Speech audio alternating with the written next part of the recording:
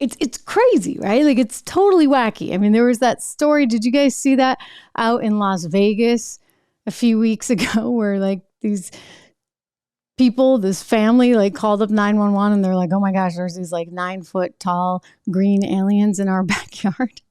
And then it was wild. It was crazy. The police like came and they were like, yeah, this is weird because somebody else was just saying they saw something just fall right out of the sky.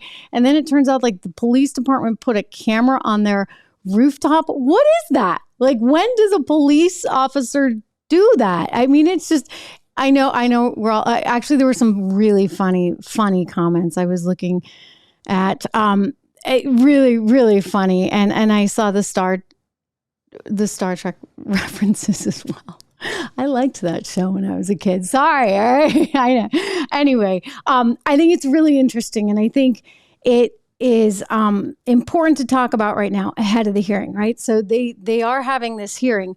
We saw in today's news, ladies and gentlemen, that John Kirby, who's a spokesperson there for the National Security Council, he admitted that UFOs and UAPs are beginning to cause problems for the U.S. Air Force.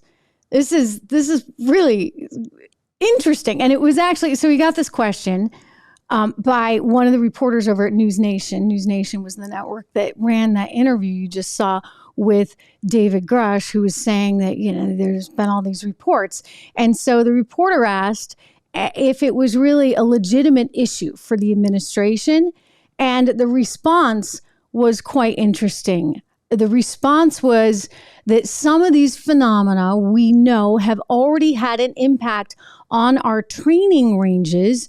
You know, when pilots are out trying to do training in the air and they see these things, they're not sure what they are, and it can have an impact on their ability to perfect their skills. So it's already had an impact there. Now, John Kirby goes on, we're not saying what they are or what they're not.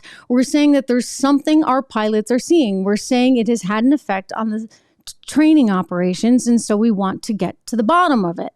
And so this is why now we're going to have this briefing, this hearing where we're going to try to get to the bottom of it.